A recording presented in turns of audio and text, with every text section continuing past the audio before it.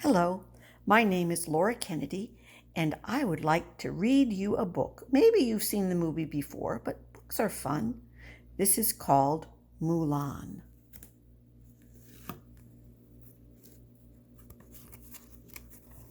Do you remember her friend's name?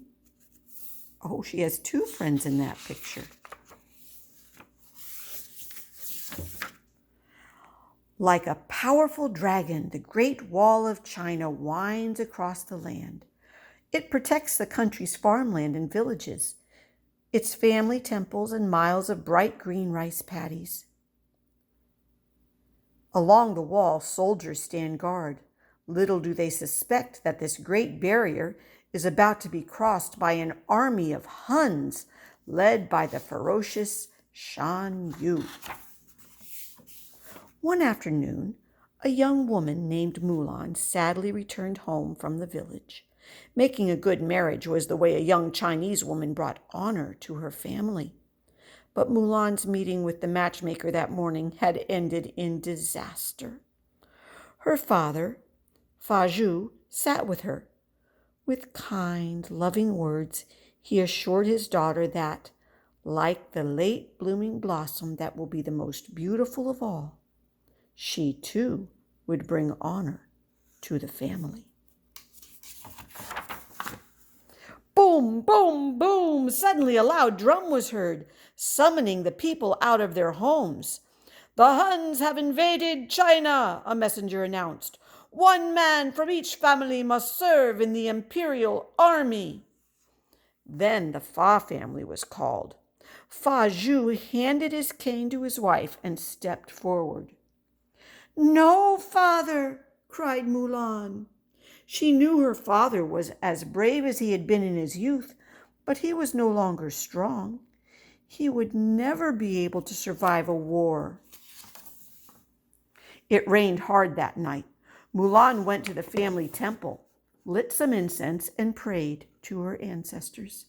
She had made her decision. "I will take father's place," she said. Mulan took Fa Zhu's sword and cut her hair short. Then she put on his armor.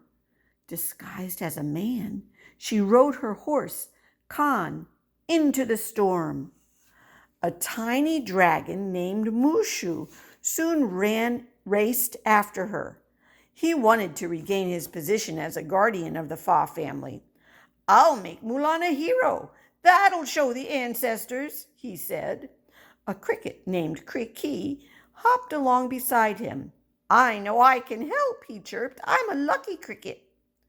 Mulan wasn't sure what to think when Mushu and Kriki first showed up, but she knew she needed all the help she could get. When Mulan reached the army camp, she reported to Captain Shang. Shang was the son of General Li, leader of the emperor's army. It was Shang's job to train the new recruits to be good soldiers. "What's your name?" Shang asked. Mulan made up a boy's name. "Ping," she stuttered. "My name is Ping." The recruits had trouble with all of the training exercises. The most difficult test was retrieving an arrow from the top of a tall pole. No recruit had been able to do it. Finally, Mulan cleverly figured out how to use strength and discipline to get the arrow. Everyone cheered. They would all learn to be good soldiers. But one evening, Mushu and Kriki overheard Chifu, the emperor's aide, talking to Shang. "I will report to your father that your men are not fit to be soldiers," he said. "We can't let him do that," said Mushu. "How will I make Mulan a hero if she never goes to battle?" So Kriki typed out a note and they delivered it to Chifu. "Captain Li Shang, you and your men are needed at the front at once," the note said. Do you see Kriki in there? They were being very tricky.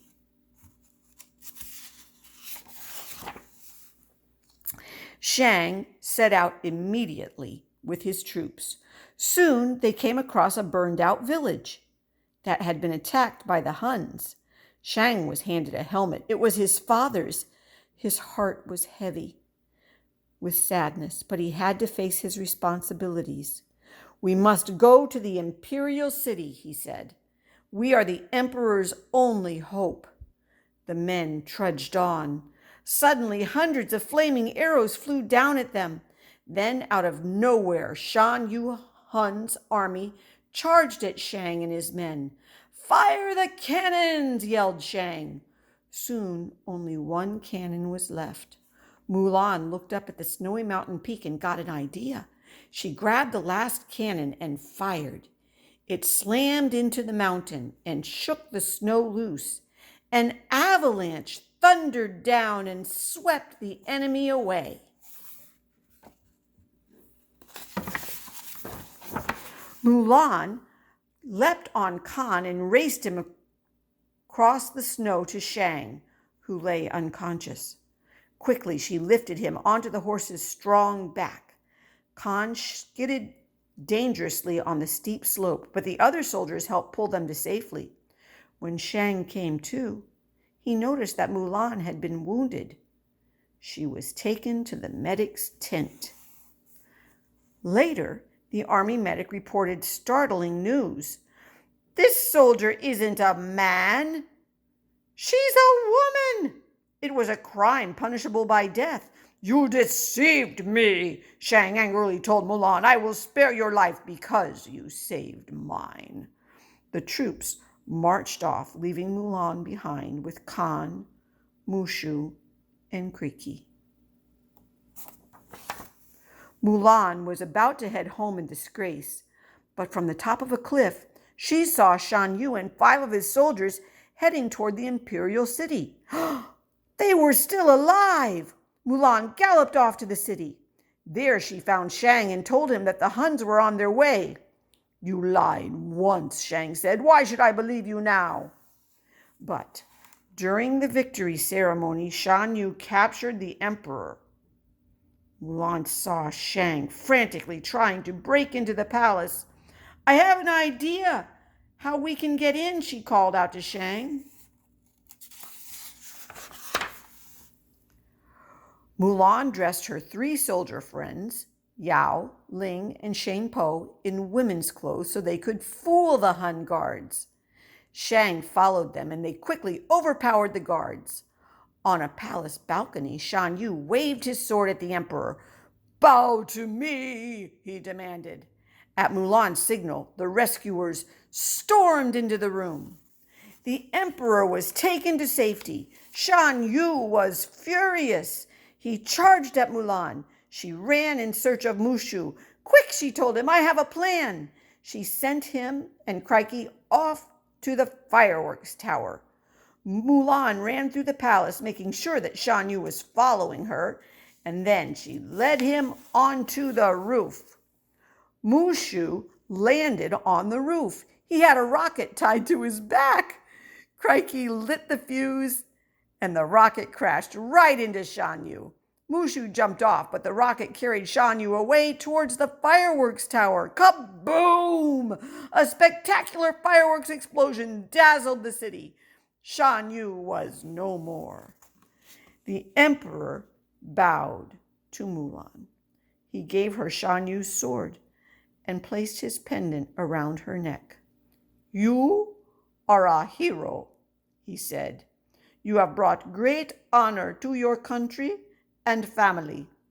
Then the emperor asked Mulan to join his council, but Mulan chose to return to her parents instead. Soon, Mulan was at home enjoying a joyous reunion with her family when Shang arrived. He had realized that Mulan was a very special person indeed. "Would you like to stay for dinner?" Mulan asked him. Mushu was ready to celebrate. He was a guardian once more. "Send out for egg rolls," he cried. The end.